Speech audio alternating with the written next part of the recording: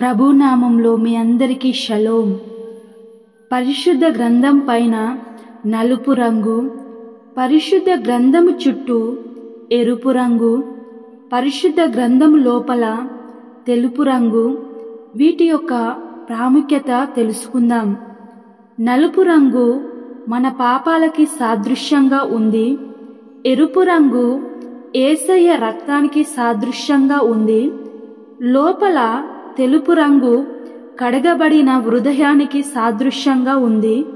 మనం పాపంతో నిండి ఉన్నప్పుడు యేసయ్య తన అమూల్యమైన రక్తము చేత మనల్ని కడిగి పవిత్రపరచి పరిశుద్ధపరచి ఎలాంటి కళంకము లేకుండా మన యొక్క హృదయాన్ని, మన యొక్క జీవితాన్ని తెల్లగా మార్చాడు.